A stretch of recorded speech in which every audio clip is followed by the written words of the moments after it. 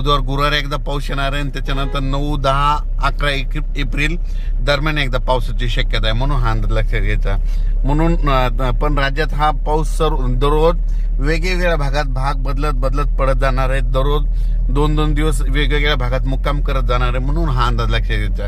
हे अंदाज मी जात आहे रेणापूरला एका उद्घाटनाला, आणि सध्या मी धारूरच्या घाटामध्ये आणि या घाटामधून हे अंदाज देत आहे. ही बीड जिल्ह्यामध्ये, तर बीड जिल्ह्यातल्या शेतकऱ्याला सांगू इच्छितो की तुमचा कांदा असेल तर झाकून ठेवा, कारण की तुमच्या बीड जिल्ह्यात देखील चांगला पाऊस पडणार आहे. सोलापूर जिल्ह्यात देखील चांगला पडणार आहे.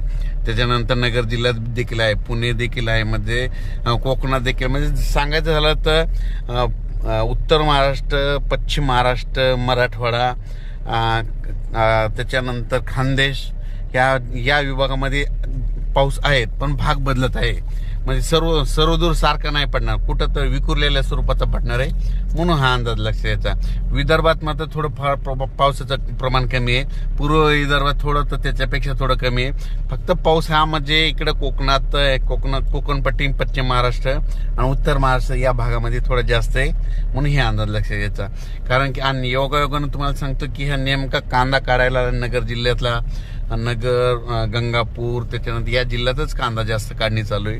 म्हणून सर्व शेतकऱ्यांनी काय करा, म्हणजे उद्याचे दिवस म्हणजे कांदा काढून झाकून घ्या, कारण की राज्यात मंगळवार, बुधवार, गुरुवार पाऊस आहे, म्हणून हा अंदाज लक्षात घ्यायचा. अचानक वातावरणात बदल झाला तर परत लगेच उद्याचे मेसेज देणार आहे. धन्यवाद.